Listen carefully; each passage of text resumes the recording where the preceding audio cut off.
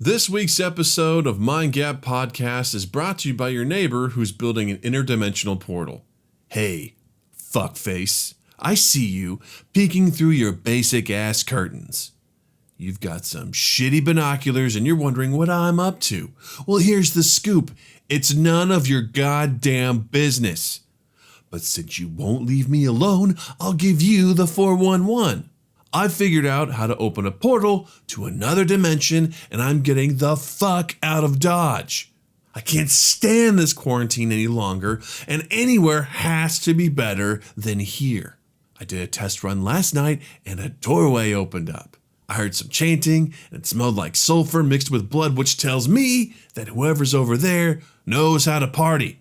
I'm opening up that bad boy right now, and I'm never coming back. So enjoy your suburban life stuck in quarantine with no bread and no haircut. If you can't take it anymore, head on over to my back door and enter the code MINDGAP to get inside. I'll leave the portal generator on so you can hop on through and join me. Pretty sure this is gonna be awesome. See you later, chops. Hey dorks.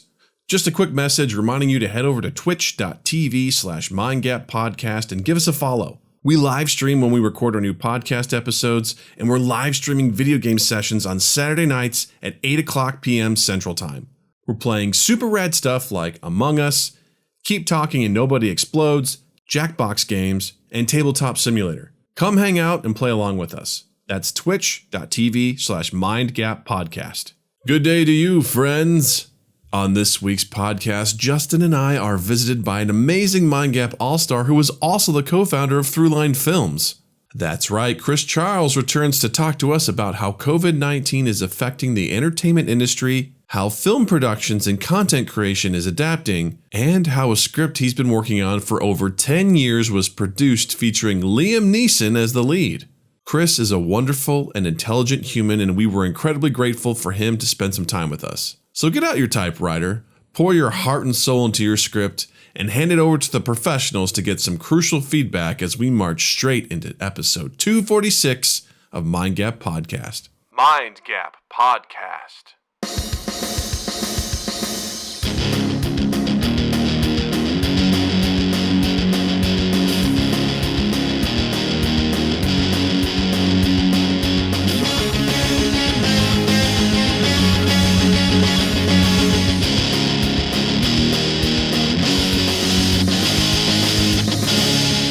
Chris Charles, co-founder of Throughline Films. Welcome aboard, sir. How are you?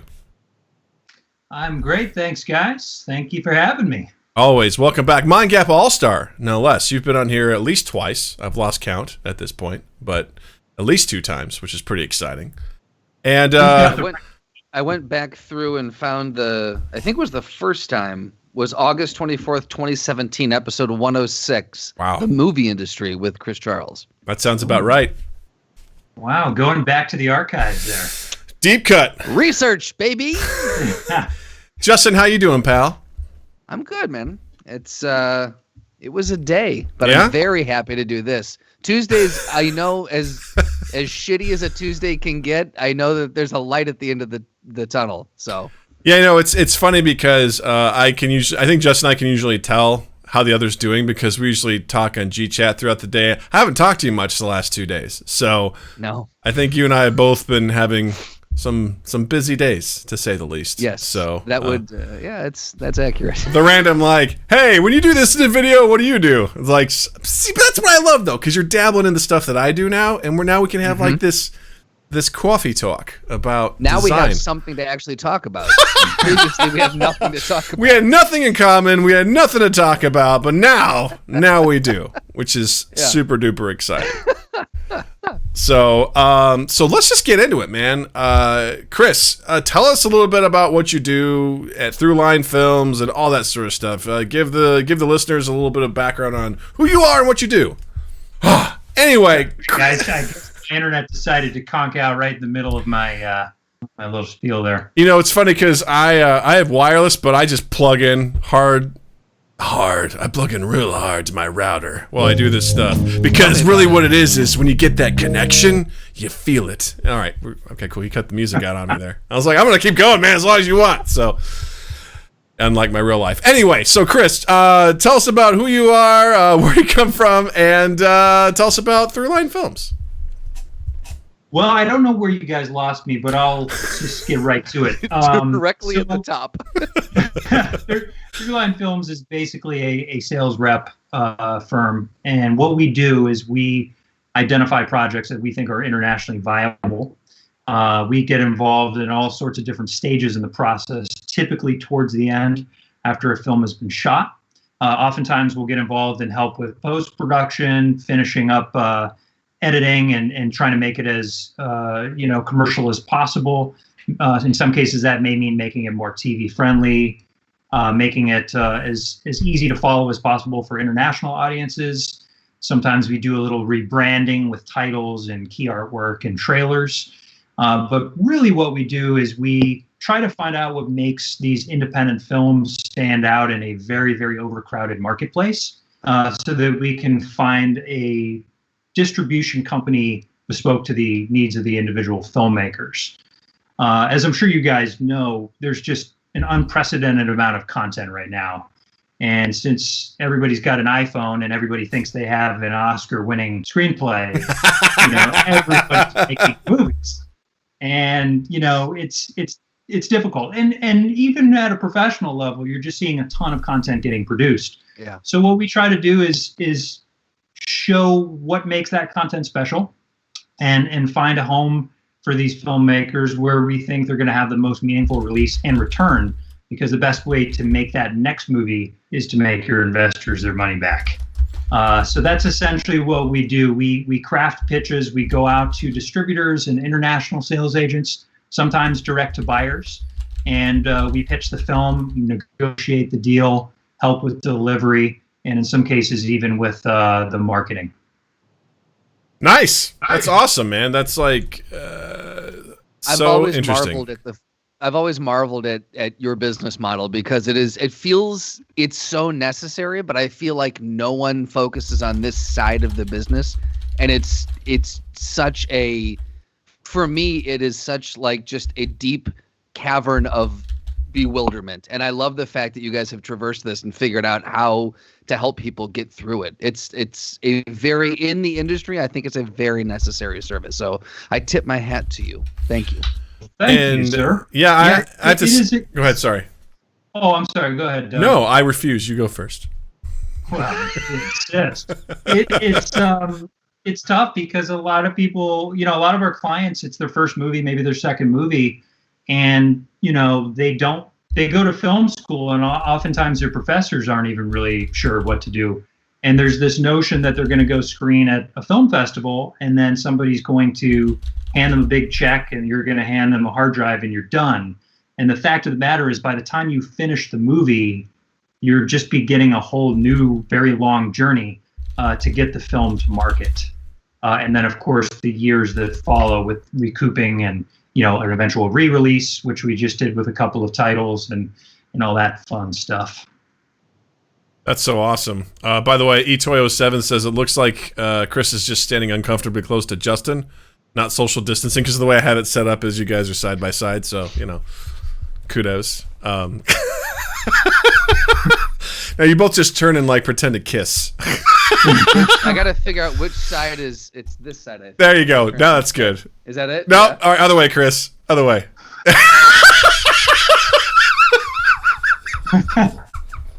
Perfect. Good morning, Jervis, all the way from Australia. Good to see you, pal. Welcome aboard. I'm gonna compliment you, Chris. So prepare. Here it comes. We've known each other for a while. We go way back to the hotel days. That's the compliment? So we know each other for a long time. Hard stop. You've known me for a long time. That's the compliment. A compliment is like, I've known you for a while. You're welcome. Thank But way back then, you were killing it in film school. You went and produced Chicago Overcoat, an indie film starring Frank Vincent, the late Frank Vincent. And you guys I've always been impressed at how hard you've worked in this industry and just everything you've put forward, your effort, you and John working your asses off. And I was just thrilled that you guys have continued to help other independent films and artists and things like that help their stuff come to fruition. And because you touched on something, which is everyone thinks that they have an award-winning script, right? No one comes to me and be like, I don't know, maybe they do. Maybe I'm wrong. Prove me wrong, I guess, from stories. But I doubt anyone comes to me and be like, hey, look, I got this crock of shit right here, okay?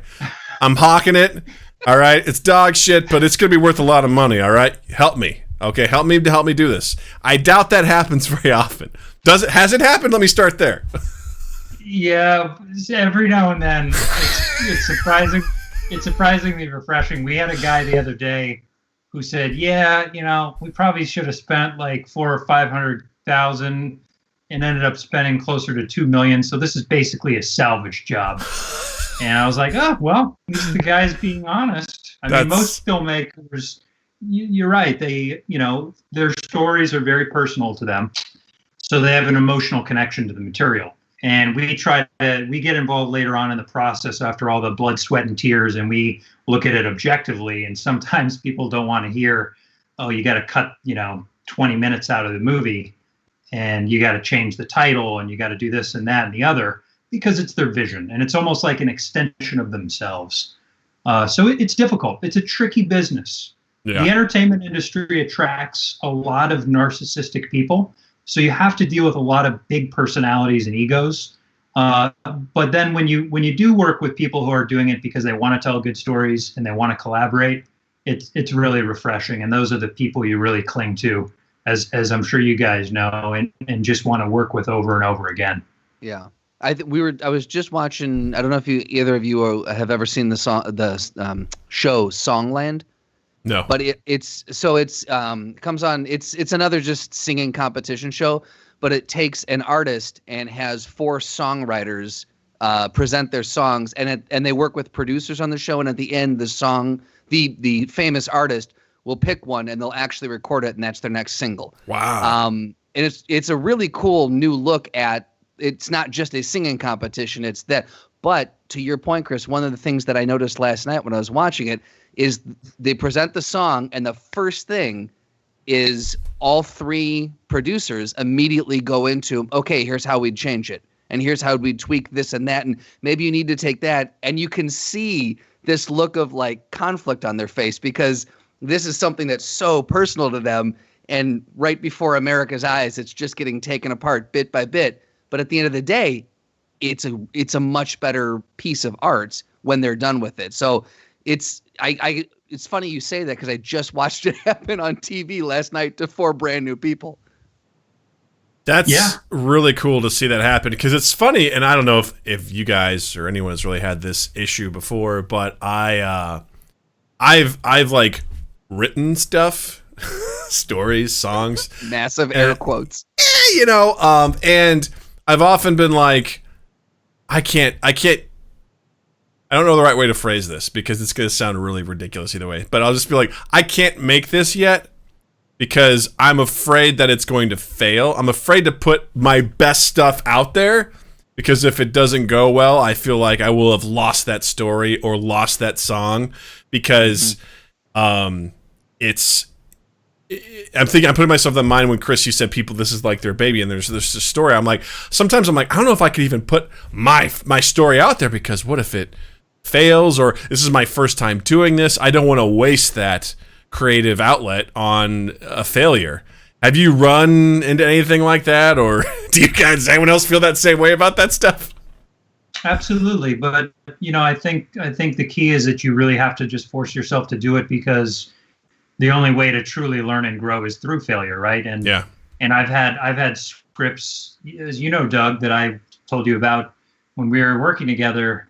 I've been working on 10 years, 15 years that are finally now starting to get traction. And, I wasn't ready to tell those stories at that time. So I'm actually grateful in some ways that it took so long for some of these projects to start to come to fruition. But it did take a lot of failure on the road to get to where I am today. And frankly, guys, I'm constantly learning and failing now. I mean, we all are, right? Yeah. In the minute you stop acknowledging that, you're in trouble. No, I totally agree with you. I remember I watched I think it was a documentary with Dr. Dre and another guy, another big-time producer. I think he was maybe from Geffen Records. And there's a specific moment in that documentary where he was working with No Doubt, and they wrote like 12 songs, and they gave it to him. He's like, that's great. Write 20 more and come back to me. And I was like, I heard that. I was like, I could never do that. But the point was, you got to keep going. You can't just be like, these are the 12. He's like, no, I want you to write 20 more songs, get more out of it, because otherwise this doesn't mean anything. You've got to keep trying. You've got to keep failing. You got to be able to basically write. And I was, that cut me so deep to be like, if someone was like, that's cool. I know you put a lot of work in these 12.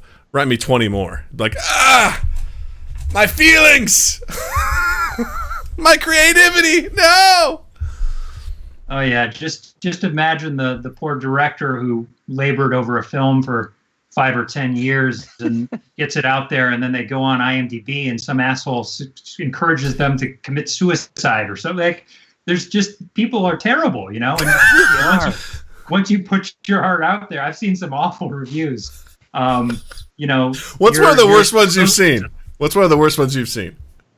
I mean, the one I was just referring to, I won't name any names, of course, or the film, but I want to say it's like a 2 on IMDb out of 10. Oh. And it's pretty vicious. It's like, people are like, man, this guy should never do anything again. He should kill himself. Like, you know, it's awful. Awful. It never ceases to amaze me. This is entertainment. At the end of the day, it's entertainment. And someone is suggesting that this person take their own life because they made something so objectively bad that it has ruined this individual's life? ? Essentially. Yeah. I just don't get the vitriol that gets spit out there. It does not make sense to me. I mean, I'd be lying if I was. I don't think I've ever told anyone to kill themselves, but I've been highly critical of some entertainment, you know, growing up. And now that I've had just an inkling of how much goes into that stuff. I mean, Justin and I should say this is really my fault. I wrote a bad tweet a few months ago. All right. And it was the first time ever that anyone gave a shit about Mind Gap Podcasts on Twitter. I wrote a tweet. It was a really cool video from a company called Corridor Digital. I'll never forget their name. It was essentially they took some scenes from Captain America Civil War and they made them R-rated using special effects, and it was amazing. I loved it. Yeah. And I read about this on Collider.com. So when I tweeted to share it, I said, from the cool guys over at Collider, here's this video. And Corridor responded. They replied and said, Collider? ? And I was like, oh, shit. I was like, I put a gif of someone just like sinking in their chair. I'm like, I fucked this up. And I was like, in the middle of work, I was meeting with like directors and stuff, and my phone is buzzing nonstop. Like, people were liking it, laughing, and whatever, and all this sort of stuff. And I was like, holy shit. And I remember turning to Justin, I go, this is insane. How could famous people even remotely post, and then they must just throw their phone away after they post, because it would just be rattling off the table with all that sort of stuff. Turn the notifications the fuck off. Right? And then, you know, we were... That was day one. And I literally told Justin, I go... like, oh, it's like ribbon, like good, you know, good-natured, ha ha ha ha. Yeah, and then day 2 came around. And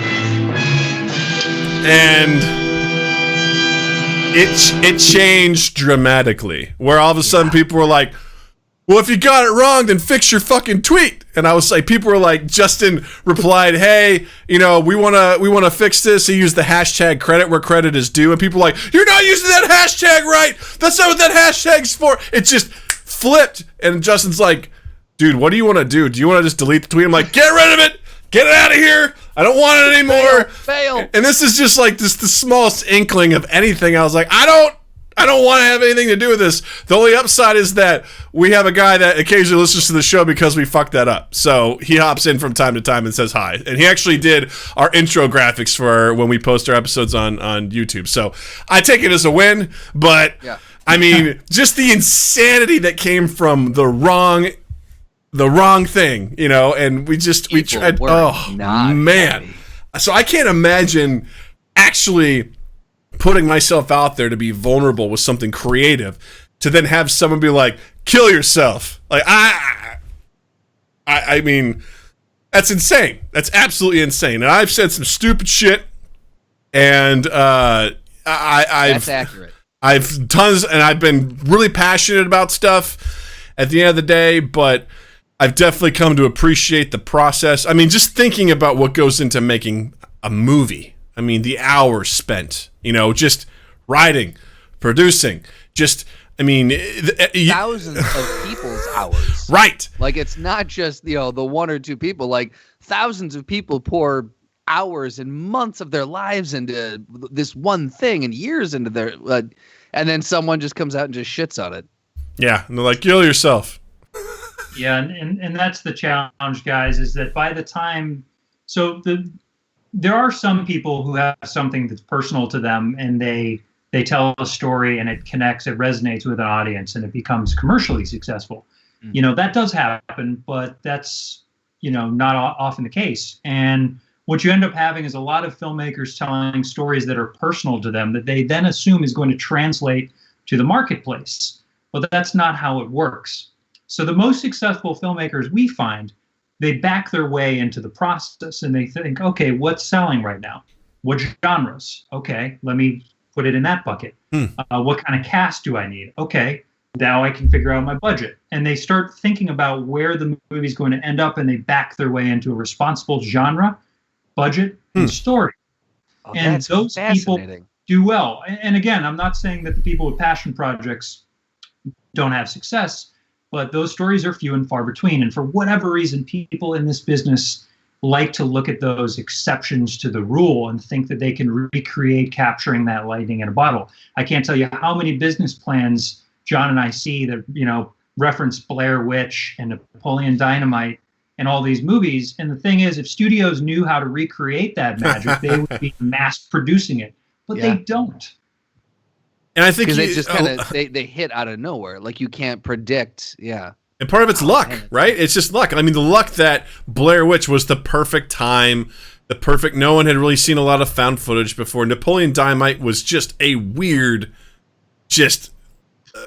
movie. It's a weird movie, and it's just Dude, Where's My Car came out at just the right time. It did, right? Battlefield Earth came out at the exact perfect time for all of us to enjoy. But then again, it's also like you take those movies, you adjust them a year or two, right? And maybe it doesn't work. I mean, how many movies have come out and it's like, ooh, this is just a little bit behind, or something that's way ahead of its time, like Last Action Hero, right?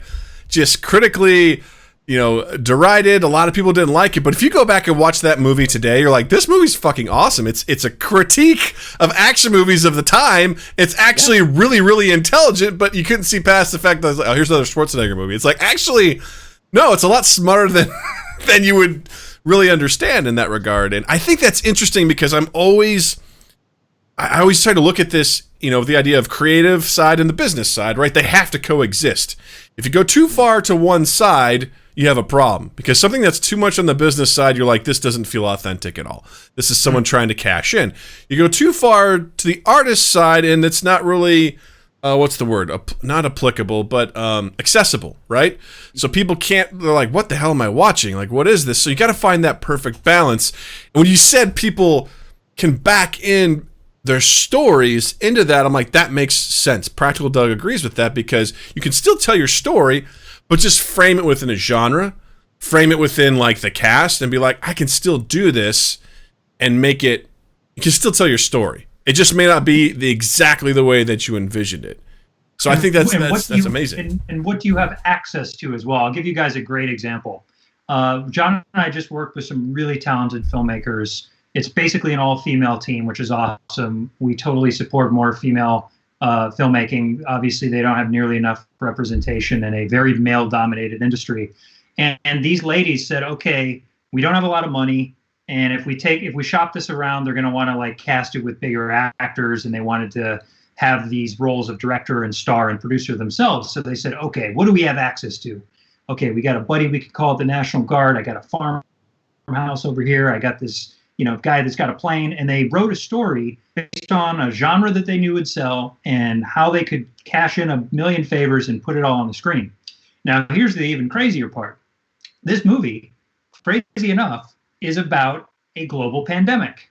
And the team started shooting it several years ago, but like, is often the case with independent films, had some, setbacks, had to raise more money, had to do reshoots, this, that, and the other. So it finally got finished at the very beginning of this year, which is about when John and I signed on to rep it. Ooh. Unbeknownst to us at the time, we were about to be living the plot of this movie. So I shit you not, guys, this movie is about, it starts off in LA, okay, and it's about this TV actress, and, there's a global pandemic happening, and the characters race to LAX to get out of there, and the whole airport's shut down. And there's like jets flying overhead, and the city's on lockdown. So they managed to get out to, a little private airport, and the boyfriend of the protagonist tricks her and gets her on a flight to her home or his family's home in South Dakota, where they're going to ride out the apocalypse. And he goes off to do some stuff with the CDC. The rest of the movie deals with some past demons that are encroaching on our hero, as well as the virus itself. But as you can imagine, when we started pitching this and the plot of the movie was literally unfolding around us, we got a ton of interest. Wow. In this little indie movie, without any actors you guys would have heard of, we were getting screener requests from mini majors and studios and big companies that never would have requested the screener. Pleased to say we just closed a deal with a distributor. It'll be announced soon. They're going to fast track. And the movie's going to be coming out probably in July. So I'll let you guys know. But oh my gosh. It's one of those really bizarre stories of art imitating life. That's amazing. Yes, absolutely. That's real quick. Sirloin84 says maybe there's a parallel universe where the Adventures of Pluto Nash was a box office smash. That'd be a fun. I don't know if I want to live in that universe. And E207 says sounds like they predicted the future. So, which actually leads me to believe, do you think anyone will see that? And because you know how this works, right? People don't realize how long it takes to make this. They're going to be like, oh, they're cashing in on this situation. It's tone deaf. Like, we just talked about this last week. Yeah. Where like we were saying, like, obviously you're going to see art about this. And so like, who's going to be the brave person that takes the first swing to try to tell this story? And will it be well received or not? So that's, yeah. What, like, do you think people will take that well, or like, what do you think? It's funny you mentioned that, guys, because it's already happening. The movie premiered at CineQuest, and it actually had 2 screenings. It screened once, and then the second screening they canceled because of COVID-19. Oh my gosh. And the trailer got posted on some of the YouTube channels, and in the comments, some people were like, oh, typical Hollywood, cashing in on a tragedy. And then somebody else got on there that was probably involved with the production and was like, that's not true. These filmmakers came up with this idea years ago. It took a long time. And it was this funny little comment war. But you're right. People, they're going to think, oh, they just, shot a movie in a couple months, which is absurd considering all the restrictions in place. That's a good point. But people don't think through that stuff, right? Yeah. It's like that movie Gangster Squad, right? Where there was a shootout in the movie theater, and then that happened, in real life, and people were like, we've got to change the movie. It's like, do you? I mean, that was filmed months ago, or, Don't let facts get in the way of a good argument. Yeah, right. E207 asks, can they have the name of that movie, or is it under wraps? Like, is it something that you could announce now, or is it something that's kind of like hush-hush? Absolutely, yeah. In fact, you can go check out the trailer. It's called Before the Fire. And it's a really riveting trailer. Highly recommend the film. It's made with a lot of love and integrity. And crazy enough, the director, she's basically living the plot of her movie because the whole way this came about when they came up with the storyline was, okay, we live in LA. What would we do if there was a pandemic? And they're like, okay, first we try to, get out. And if LAX is closed, we're going to go to Arizona and get this, small plane and take it to South Dakota. She literally just did all that and is currently riding out the quarantine in South Dakota in this small rural community. Wow. And the great thing is, of course, we're all working remotely. So, business as usual with entertainment, with the exception, of course, of the Global Halt on Productions, which, obviously is going to have a big impact. That's something that again, Doug and I had been talking about. Like, we're curious about that because the other day I was thinking, I was like, oh, I always get sad at the end of, like, when the beginning of summer, because I'm like, oh, all the, TV shows are wrapping up. You see some series finales. But then fall, I'm always like, ooh, what are they going to come out with? And this year, I'm like, it's probably going to be slim pickings. Do you think that's accurate? Or do you think they got a bunch of stuff in the hopper they're just going to start rolling out? So for the networks, that is absolutely the case. I mean, many of these shows couldn't even shoot their last couple episodes because of the halt on production. The interesting thing is the big streamers like Netflix and Amazon and Hulu, especially Netflix, their model is to release everything at once. Mm-hmm. So they actually have about another 2 months of content. As you guys, I'm sure, know, Ozark came out somewhat recently. There's a bunch of shows that keep coming out because they were already in the can, already either in post-production or in some cases even completed. So Ted Sarandos said, Netflix is going to be fine for probably about 2 more months, steadily releasing new content.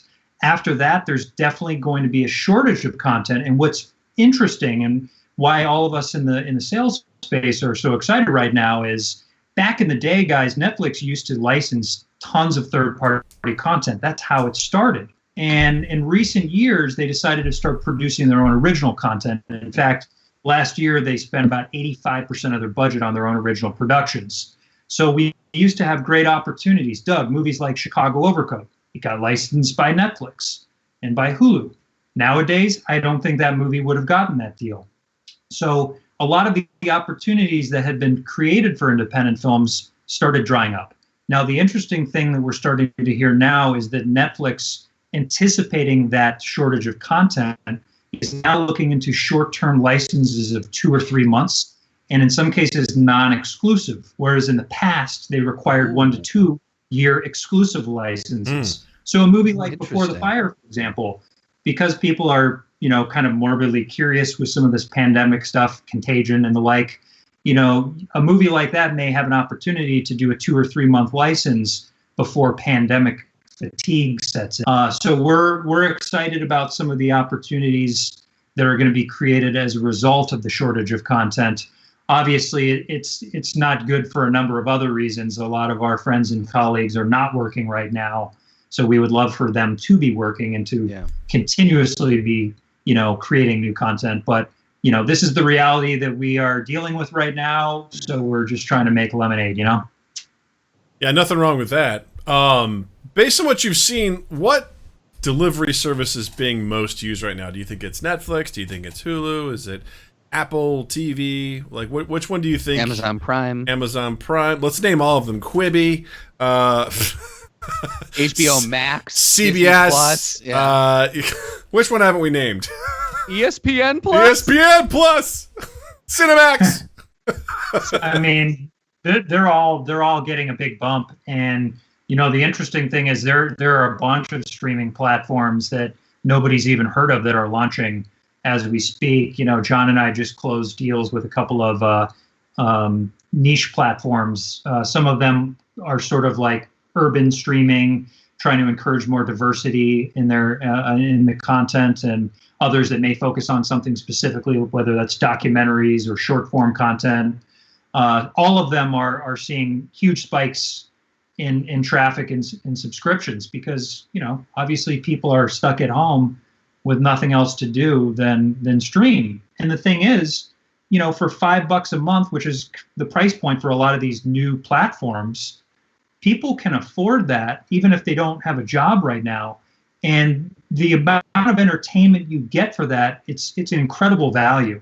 Sure. So Netflix they've had a huge spike. They are anticipating that to fall off. They just talked about this with the shareholders.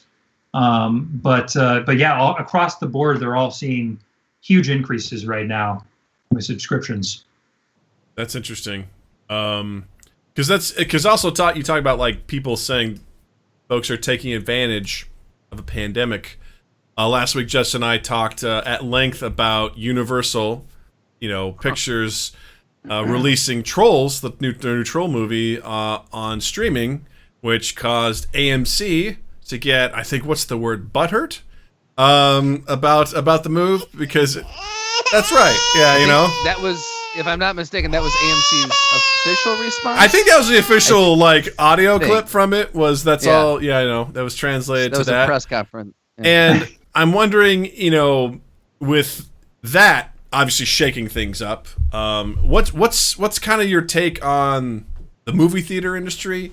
Do you think it will recover at all? Do you think if it does, will there be new terms set? Because, I mean, no one can tell how long this is going to go on, but, I mean, my anticipation would be, August? And even if that stuff does open up, how quickly are people going to run back to the movie theaters? What's your take kind of on the movie theater situation? I mean, you can look at other examples, right? Like Wuhan, where they've been open. Most of their businesses have been open for weeks now, but a large percentage of the population is still wary of going out, let alone being in a crowded movie theater or subway or something like that. And I think we're going to see the same here in the U.S. I don't think this is the death of theaters. I think it's definitely going to kill off some of them. There'll likely be some kind of a bailout. But as you guys know, there are certain tentpole experiences that you really have to have in a theater. Another thing, I know we've talked, guys, about the death of the medium budget films, those films in the middle, but something people aren't thinking about is actually the low budget films, because there's this popular strategy right now. It's the day and date release, where a distributor will take a lower budget movie that can't really compete in theaters, but all it really needs to do is get released in 10 of the top 22 markets, 2 of which are usually LA and New York. And it's got to be in there for about a week. Okay, this costs tens of thousands of dollars typically. Distributors can be creative with how they spend their money on this, but it's essentially a loss leader, because what I was talking about earlier, like how do you stand out in a very overcrowded marketplace? Well, one of those techniques is the day and date release. And for folks who may be listening that don't know what that is, essentially that means you're going to come out in theaters and VOD simultaneously. And what theatrical does is 2 things. 1, it gets you reviews from publications that only review theatrical titles, like the New York Times and others. 2, and more importantly, it gets you into those coveted in theaters now categories for that premium VOD price point. And so distributors actually spend money on theatrical knowing they're going to lose money, but it's going to drive far more sales to VOD. So one of our concerns right now is with what's going on with theaters is what's going to happen to the little guys when it's all said and done. Everybody's thinking about these big Hollywood movies and the medium budget films, but there's all these other films. I mean, we had one, guys, that was supposed to come out in the fall and employ this strategy, and the distributor called and said, guys, we have to, tweak the contract because we don't know if that's possible then or for the next 2 years. So we had to modify the release strategy. Now it's going to go right to digital. So it's really complicated, and nobody quite knows what's going on. But we're hopeful that theatrical will make a comeback, not just for the Hollywood studio films, but for the little indies too.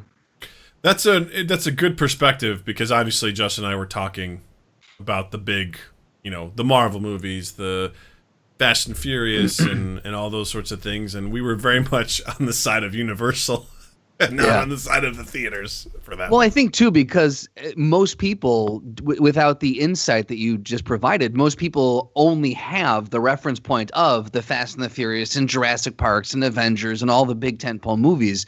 They don't ever really think about like the day and what is it again? The day and date release. Day and date release. They never think about something like that because they've probably never heard that term before. So I think getting more context like this, I think, is a a big for people looking to get educated and really figure out what's going on with the business side. I think it's very important to look at that aspect. I personally do think that AMC probably could have had a different response still, but that being said, I'll take back my baby crying sound effect. I won't. I say leave that there for them, man. That guy was like, I mean, I respect the strategy. The strategy, it was like, hey, we're going to paint these guys as a bunch of ball-hogging bastards. You know, like, they're just going to sit there and they're going to take advantage of a pandemic to do whatever. And, you know, we've been around for 100 years and they don't want to do this, so we're banning them, and they're just, you know, all that sort of stuff. And I actually there was an additional article after the fact with Universal's response, which was Universal's like, hey man, we basically had a product we needed to sell, and we're not saying we're not going to work with theaters in the future, but we needed to release this now. It was in the can, it was ready to go, and honestly, I talked about this last week, but it's the perfect avenue for kids. Like, kids movies, just straight out of the gate, going right home, especially right now. Of course it made over $100 million, like, easy, because I told Justin, like, when Onward, when they said they were going to release that in, you know, on basically to buy almost like right away, I was like, I pre-ordered it immediately. I was like, good, because I wanted to go to the theater to see it and I couldn't. So I immediately bought it. It was like, cool. I'm not even going to worry about it. I'm going to buy it. I know it's going to be good. So to have that ability to do that right now, I think for a consumer, it makes sense, because right now, let's get this stuff out there. Now, I don't think you can ever match the movie theater experience. The movie theater experience is sacred to me.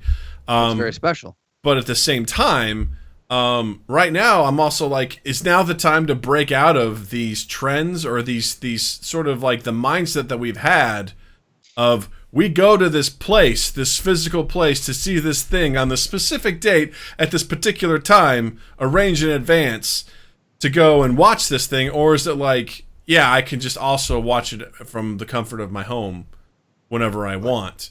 And I think there's two things to that. Is one, I think now is definitely not the time to break business deals that may hurt one or both parties down the road. It's like when you're in the middle of an argument and you're like, let's stop now before we say something that neither of us can take back. Like, no, you're a whore. Wait. Excuse me? You heard me. Now it's a whole different argument. Now it's a whole different argument. Now you've lost your ground. But no, I've reset the ground. I was losing, and now we're back to even. But I obviously think now's not the time to be burning bridges business-wise. But two, I do think now we've seen this, and another thing that we've talked about, because we talk a lot, is that now is the time to innovate. And we've seen a lot of people really step up and come up with alternative ways to do things. The late night shows going from home, and you know, all these different. So I think that's an opportunity for someone like AMC and Universal to collaborate instead of go against each other and say, all right, well, let's get creative. How can we do this? Maybe AMC, you know, does their own streaming service, and that's how digitally it gets released from Universal, or something like that. I think there's other ways to approach a disagreement like that, especially in the current climate.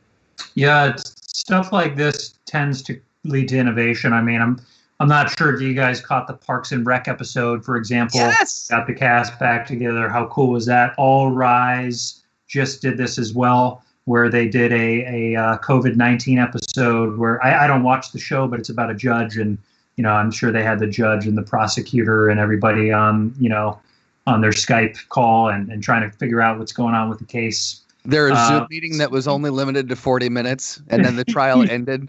Essentially, yes. High stakes drama. That's hilarious. But you know, it's leading to innovation. To your point, Justin, you're seeing it with the late night shows. You know, it's been cool to see that and see them incorporating their families. Like, some of them have their family members doing camera operation and, you know, helping with makeup and lighting and everything like that. So it's you have to adapt. You know, like this business has weathered a lot of storms over the years. You know, and it's always survived. You know, it's been recession proof, and I'm, as you're seeing now, it's pandemic proof too, because no matter what, people need that escape. They need that entertainment when times are tough. and you got nothing to look forward to at the end of the day. At least maybe you can have a few laughs and get transported away. Yeah, and that's the cornerstone of what this industry is. In your kind of professional assessment and what you've seen and what you know about the industry, and Doug, in your very unprofessional assessment, what let's take this 4, 5, 6, 7 months down the road. Let's say worst case scenario, we see wave 2 and maybe wave 3, and it doesn't really get to the point where we can open up in productions. What do you see happening to the industry? Do we have more reality-based stuff? Do we have people accepting more low-budget stuff that's shot on an iPhone in and around an apartment? Still narrative, but shot more low-key, down and dirty. Like, how do you see the industry adapting in that way? I see that happening, absolutely. I see a combination of things. And I see a lot of other projects that are going to hold out because there's a sense of there's a sense that in several months there's going to be bidding wars going on because there's only so many projects right now that are either completed or in post-production. Sure. We're working on one right now, guys, which is basically done, but it needs a little bit of additional photography. Fortunately, the filmmakers, the main character's house is the director's house. And, so he and happy the DP, coincidence. Grabbed some establishing shots of his own house. And, there's some stuff like that, license some shots from Getty Images and places like that, and get creative, with a couple that are needed with the actors and be very safe and responsible about it. But that movie, that movie's probably going to be finished in 3 or 4 months. And there's a lot of other stories like that where there are movies that are stuck right now, either because they need more photography, they need to do post-production. The movie I wrote, Doug, The Minuteman, which is now called The Marksman, the film was edited, but California determined a bunch of post houses to be non-essential businesses. So the production had to come to a halt. So, once those businesses can reopen, then we can move on to color and sound and score and all those things. So there are just a ton of projects out there. I imagine hundreds, if not thousands, that are in these stages of post-production that will trickle out over the next several months and likely bridge the gap until new productions can start happening. So yeah, what we're excited about in the sales space is going back to the old days where the streamers are actually licensing third-party content. Nice. Well, I've got some good news for you here. If you want any low-budget sound design, look no further than the two guys in front of you. We've got everything you need for the Marksman. Justin, hit him with a couple of... How about that? Oh my God! He just shoots and he dodges, and he trips over a rock. I will haunt your butt. I mean, is that that's that, right? I mean, is that not the main character just looking at those bad guys? Right? I mean, say you get out of here. Right? I mean, you get out of here, or I'm gonna get you, buddy. I mean, we got it all. Right? Funny moments. I mean. We're available, Chris. This can keep going. All right, just you know where to find us, guys. I'm speechless. I'm so glad you run this, Justin, because I would either do it way too much or I would miss ample opportunities. So, thank you for running the soundboard, buddy. You're welcome. By the way, Ito07 wrote a while back. He said he just watched the trailer for Before the Fire. He said, crazy timing, check it out. It starts off making me think it's an apocalyptic zombie movie, but then it switches to like isolation cabin fever. Crazy, we're living that. And then he also just now said, amazing, oh wow, it's like I'm really there if I just close my eyes listening to all the sound effects. That's called theater of the mind, and That's you're right. welcome. Sound design really is an art, and Justin and I are artists. So that's right. We're here for you, guys. So that's really cool, man. So the Marksman, I think I read the announcement that it was picked up. Did you guys actually film it? Yeah, the movie's been shot. I had the pleasure. My writing partner Danny and I went to Ohio. What a dream for him. We were shooting scenes. What, going to Ohio? 20 minutes away. Well, he grew up in the Cleveland area. Like, man, I can. I mean, what? To go to Ohio. Cleveland. I've heard so Ohio. much about it. You know, these sports teams. They're legendary. I gotta go. We went to we spent a couple of weeks in Cleveland, and I was actually staying at my partner Danny's parents' house. Had a blast, and some days we'd drive like 20 minutes away from the house he grew up in to set, and there we were shooting this amazing movie. It was quite surreal, guys, just being on set and meeting everybody and just watching it all unfold, especially since we've been, the idea was first hatched about 10 years ago. So to see it all coming to fruition and at that level, at that scale, it was incredible. So really excited. And the little boy in the film, he's incredibly gifted. This kid's going to be a star. I mean, I watched him produce tears on set, take after take, authentic tears. His dad, kind of a big manly man, after one of the takes when his stepson was crying, I looked over at him and he was crying. And he admitted like he rarely ever cries, but what he saw impacted him so much. And I'm thinking to myself, this is just on set, the raw footage. Like, we don't have the score in there and the sound and, all the things that give you the feels. Yeah. So, I'm really excited about the director, Rob, is very proud of the edit and is very excited to get this out there. Interesting with that film, originally intended to be a worldwide theatrical release. So now we're not quite sure what's going on. Fortunately, because the timeline's been pushed back, we're kind of hoping that maybe when it's finished, people will actually be going to theaters again. If not, we'll have to look into some alternative strategies for that release as well. What I love about that story is, and Chris, you mentioned this earlier, like Chris told me about this 10 years ago, like when we were working at a hotel together. Like, he was like, this is something I'm working on. He told me about the people you're looking at hoping to cast. I think originally Ed Harris was like your go-to for it, like for this. And I was like, oh shit, that's so cool. And, to hear the announcement that, this had been picked up, I was like, hey, I know that movie. I remember that idea. Like, I felt tangentially linked to it where I was like, yay! I have nothing to do with this, but it's so cool. Like, just to know that, like, I had some sort of stake in that for some reason. I thought that was really cool. Well, you were a great sounding board and very supportive of that, man. Was I though back then? I mean, even now I'm kind of a dick about it. So, I mean, was I? Well, hey, good criticism is invaluable in this business. I think really what I was is I was Doug's credit in the crawl at the end. It's just going to be critic. Doug Cochran, kind of critic, like no joke. Invaluable So critic.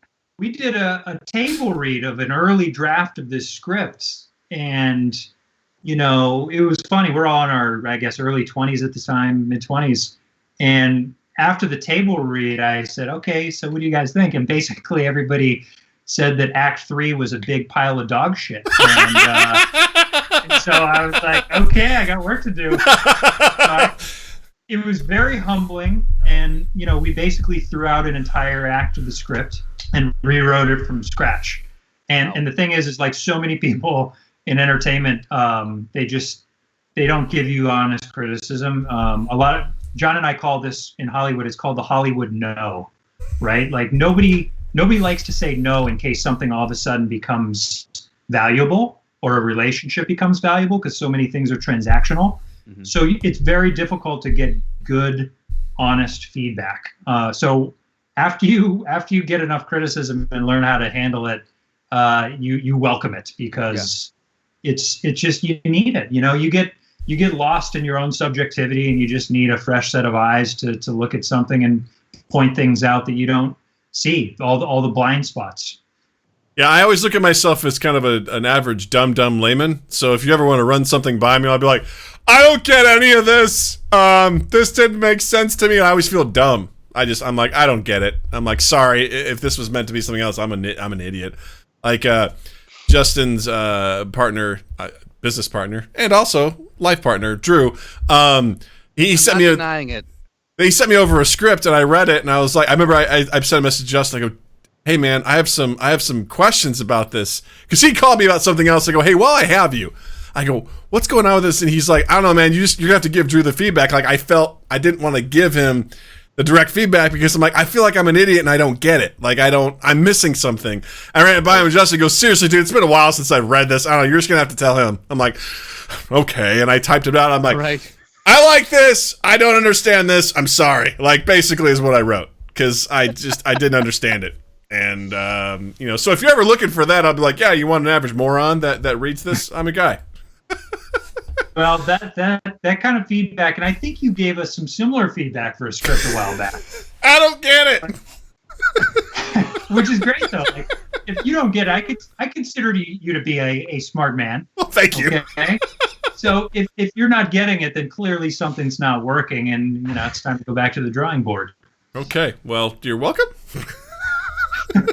Doug, I think you did it. Hey, success. You movied. I movied, I guess, to some degree, which is pretty exciting.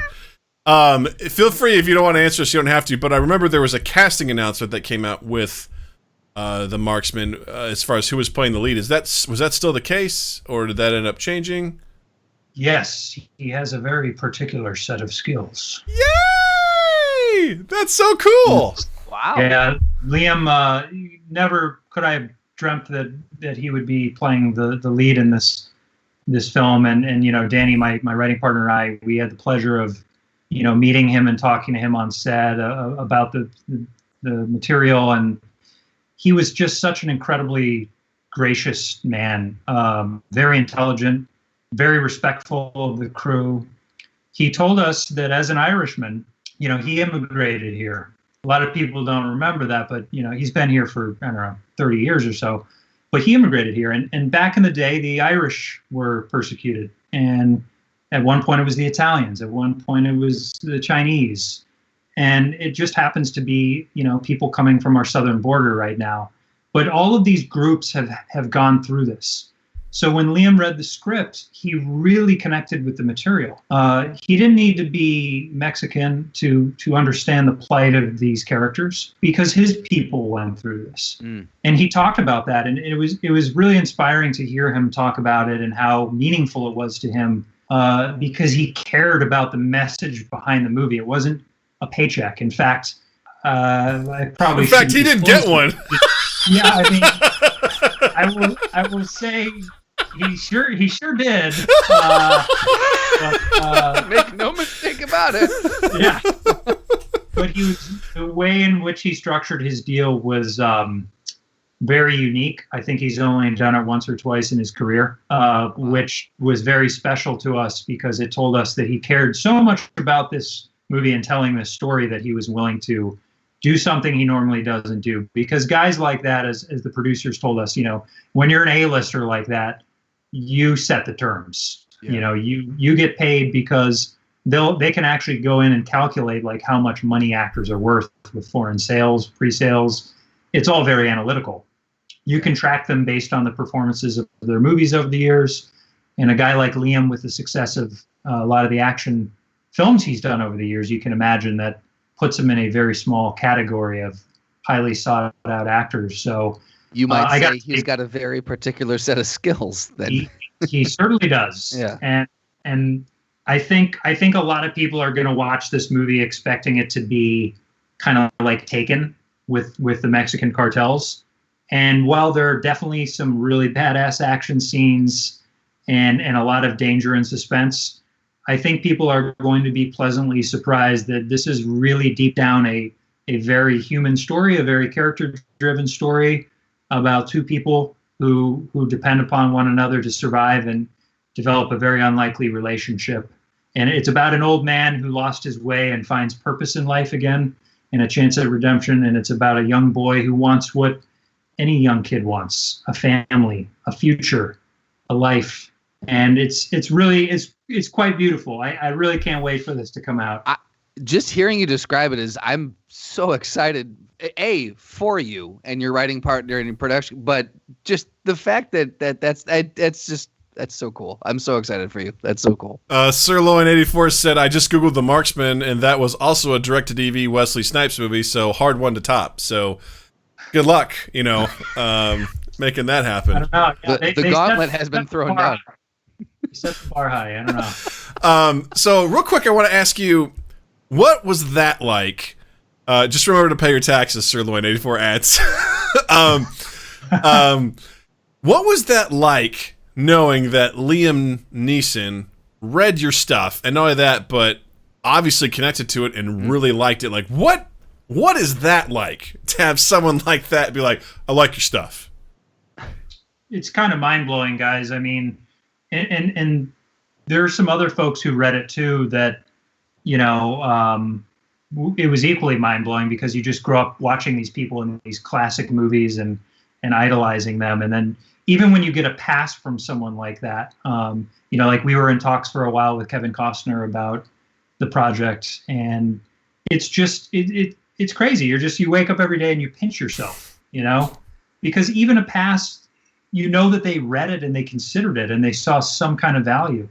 And all those gatekeepers, the agents and the managers that filter this stuff, they saw the value in it and they passed it along to their client, and then they read it. So it's really cool. Yeah, I to this day I'm still pinching myself. My partner Danny and I are talking to a company about doing a novel based on the film right now as well. And wow. We've kicked around ideas for sequels if the movie does well, and so it's been so much fun. We're very grateful.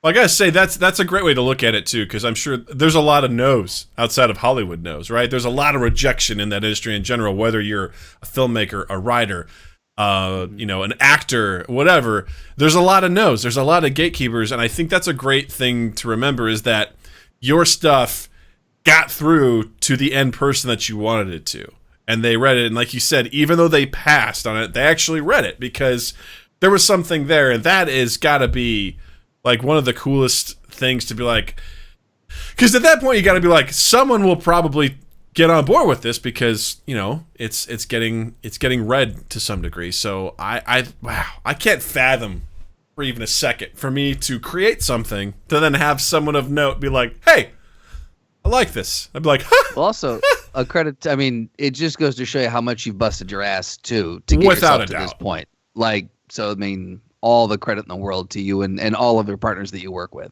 Thanks, guys. Yeah, I mean, the stuff you don't read about in those announcements is all the no's you got over the years, and you hit a dead end, and your producer tells you, well, guys, we got to do an overhaul of the script, and there was a lot of that, and just when you think you're about to get the green light, all of a sudden you get a pass and you're starting to question things, or what's going on in the world is a little too close to home politically, and you got to tone that down. And so it was countless revisions. It was a lot of rejection. Fortunately, our producer, who's also our manager, he believed in this project since early on when the script was good, but nowhere near where it needed to be. And he didn't give up on it. And we had dinner with him when we were in that dream state of Ohio. Yeah, good old Ohio. And he said that it was interesting for him because a lot of his colleagues in Hollywood, they work on stuff that gets easy traction, and it's usually because it's got the right package and the timing's right. And he said he's one of those guys who, if he likes something, if he has a gut feeling about it and he cares about it, he sticks with it, even if it takes 10 years. And two projects, The Marksman being one of them, for him, took off at about the same time, and it was really rewarding for him. So it helps to have people like that in your corner who are in a position of power and can get the script out there and get it in the right hands, and who believe in it. Because it is not easy, especially for your first time. Like it's a difficult road. But I would say to anybody who's trying to pursue that, whether it's screenwriting or something else, like the lesson learned is, if you believe in it and you're willing to put in the time and deal with the rejection, don't give up. It may take 10 years. Shit, it may take 20. I heard the Gemini writer, Gemini Man with Will Smith. I think that story, I think it was a 20-year journey, maybe, if I remember that correctly. Wow. And by the time it was done, there were a bunch of other writers that did revisions, and it wasn't even really quite the story he had originally written, but it got made with Will Smith. So really, Will Smith could have, he could have played his younger self and then aged as the story went on, and then played his older self. It's a Richard Linklater like Boyhood, basically. Basically. That's amazing. If your producer friend is looking for another story, I have one that it's a story. It's a tale as old as time, if you will. Been told many times, but this one specifically has it's got its own flavor to it. Now I was trying to come up with a name for the story, and I think I might call it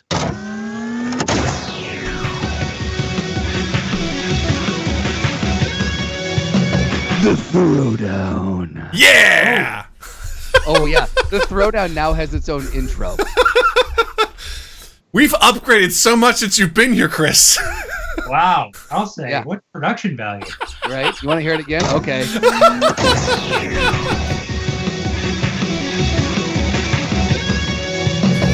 Throwdown. We can do music too. Actually, we can't. That's Bob Ballmeyer.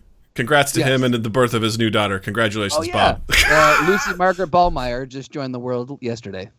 Yes. The force is strong with that one. That's right. So, today's Throwdown, I thought last time, or the first time rather, we did, I think it was it, I'm going to go back to my notes. It was Spielberg versus Scorsese.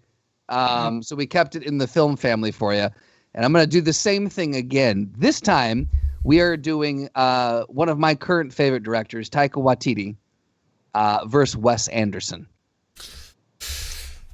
So these two guys are what? What's this? How do you envision this happening, Justy? Well, they've both. Okay. So.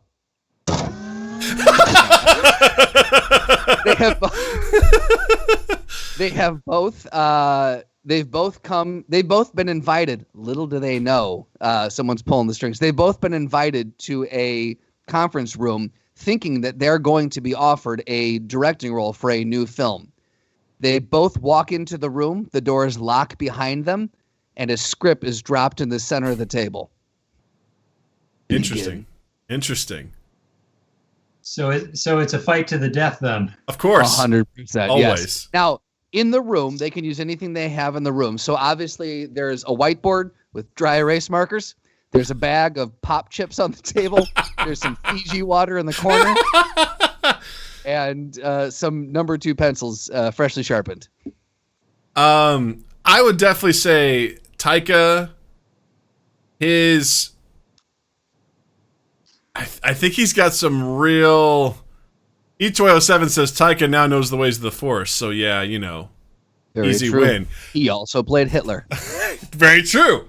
So I feel like they're both very creative, but Taika's got a very unique creative element to him that I think also has a level of improv. I don't know much about Wes Anderson. I'm not necessarily a huge fan of his films, so like I kind of nothing him. Wes Anderson would have had this concept thought out, and he would have had meticulously planned what a fight versus any director would look like, and it would be beautifully framed. He'd go, hold on one second. He pulls out a notebook, and he's like, Taika. Yeah, he flips to his Taika, there we go. Here he is, Taika. Yeah. And he has his combos. I suspect that Wes Anderson, in an attempt to be so witty and artistic, would get so into his head that he'd let his guard down, and his inability to improvise would ultimately be his downfall. Like Doug, I'm not really a Wes Anderson guy. I have enjoyed some of his films, or I should say parts of his films. But I've had some interesting conversations at film school. It's very interesting with filmmakers like him. Like, people tend to either love or hate them. He's very dividing. Yeah, very, very dividing. And as opposed to like a Spielberg type, where people are like, yeah, he's a good guy. I like him. Yeah, sure. But Wes Anderson, when you talk about certain filmmakers like him and Tarantino and certain movies, you better be ready to brawl at film school because these kids don't fuck around. Maybe I should have put Tarantino in there because he's more of an auteur than I think Taika is at this point. Oh. Well, I mean, but I think we got to stick. I was like, let's stick with it because I'm like, my brain's already wandering out there. No. But I think I mean, let's just put that Tarantino wins hands down because he's well versed at the art of death. Yeah, I mean, I'd definitely put that in his camp. I'd say Taika would be very charming too to Wes Anderson. He just seems like that very quirky, and not that Wes Anderson's films aren't that way, but I feel like Taika in general is just that. Like, I found a TED Talk with him talking in 2015 about being creative. Because I was doing something for work where I was curating stuff on creativity. And I'm like, hey, Taika Waititi's on here. Maybe I could use this. And it was just such an interesting presentation about what it means to be creative. And he just has this way about him that I just think, I don't know. He's just the way he was at the Oscars where he took his award and just sort of like casually shoved it under the seat in front of him. Yeah. And like, well, also Jared, who is from Australia, says Taika comes from the Southern Hemisphere. We know how to fight down here. Yeah, I mean, you guys got to fight for your life every day when you go outside, and you have the swarms of animals, just ready to get you. So on the island of death. E207 says, I love the visual of Taika in his favorite Hawaiian short sleeve shirt and his choking Wes Anderson in his stupid salmon tie. So what I'm hearing then is that it's Taika Waititi for the win? I mean, that's what I'm voting for. Taika Waititi for the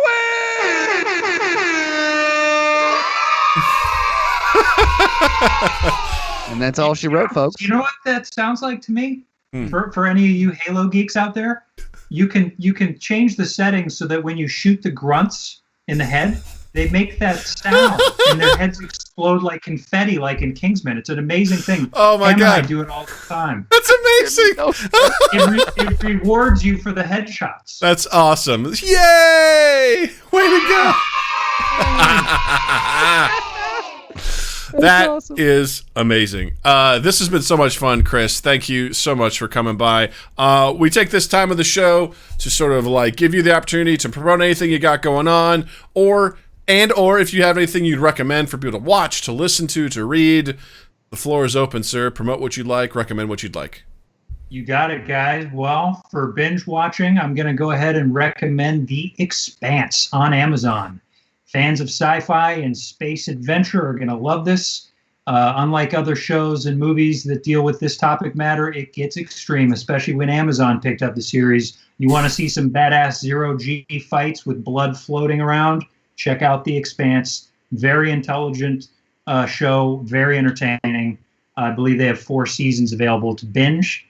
And a shameless plug here, Throughline has a movie coming out next week called The Voices, not to be confused with the Ryan Reynolds movie by the same title that came out a few years back. But this is a psychological thriller featuring Lin Shaye from the Insidious and Grudge franchises about a young lady who goes to write her thesis and spends time with her sister who has schizophrenia. And they go out to this remote family cabin. Some weird shit starts going down. Our protagonist isn't quite sure if it's happening or not, and very quickly things spiral out of control. Has a very shocking ending. It's a very cool little indie movie that was done with limited cast and location, but with a lot of integrity. It's being released by Cinedigm on May 12. It's called The Voices. It's going to be out on Amazon, Apple TV, all the major VOD platforms. Definitely worth a watch. Nice. Fantastic. Thank you, Chris. Justin, or Chris, do you want, if you choose to, any way people can follow you on social medias? Or are you not? Or Throughline, can people follow Throughline anywhere? Yes. One of those like old curmudgeon-y, guys Nothing in my wrong with generation. I do have Facebook, but I don't really go on that often, as you know, Doug. I don't have the Twitter or the Instagram. But yeah, you can follow Throughline Films on Facebook and Twitter. We post a lot about the movies we represent and the filmmakers we support. So definitely check that out. Awesome. Very cool. Justin, what do you got this week? Nothing too well, you know what? Yeah, Community is back out on Netflix. They dropped all 6 seasons back on Netflix. And Dan Harmon, I think, is a really talented storyteller. He packs a metric fuck ton, and that is an industry term, a metric fuck ton into a half hour. So for those who are more familiar with Rick and Morty, if you haven't gone back and looked at his earlier stuff, go check that out. I really do think he is from a comedy standpoint, really talented storyteller. So Community out there. And then I'm going to attempt to watch Midsummer this week. I've heard somehow, I don't know if it's because people are just watching more stuff now, but in the last 2 or 3 weeks, I've had 4 different people independently tell me that they either watched it or tried to get through it, and it was too intense. And so I'm like, okay, challenge accepted. Give it a shot. Yeah.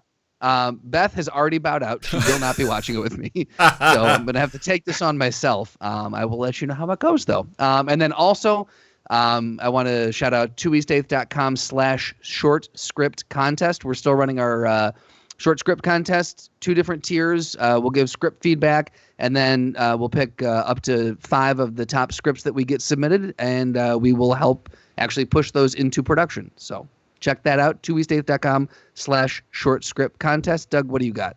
I'm going to recommend the same thing I did last week, which is the album Afterburner by Dance Gavin Dance. I loving it. Cannot say enough about this album. It is so great. It's got me through a lot of design time when I'm doing some graphics and stuff like that. I throw in those earbuds and I'm lost. It's amazing. It's such a great album. Go check it out now wherever you buy your music. And also, I'll do it again. Guys, follow us on Twitch. Drop us a follow. We're dangerously close to becoming affiliates. Every follow would be helpful.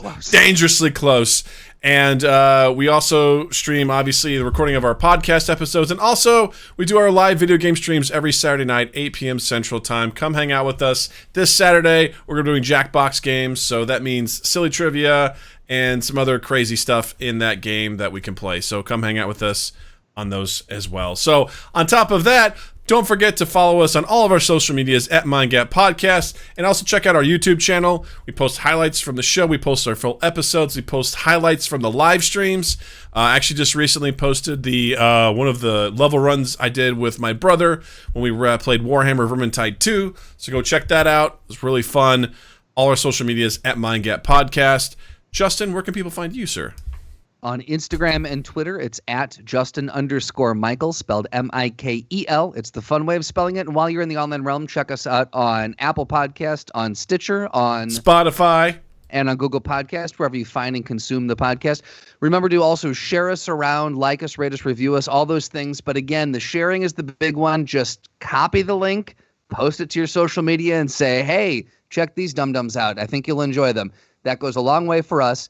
And 2eastaith.com/mindgap. And then again, just keep an eye on all 2 East 8 stuff, because we're trying to figure out how to stay creative in the quarantine. So that's what we got. Hell yeah.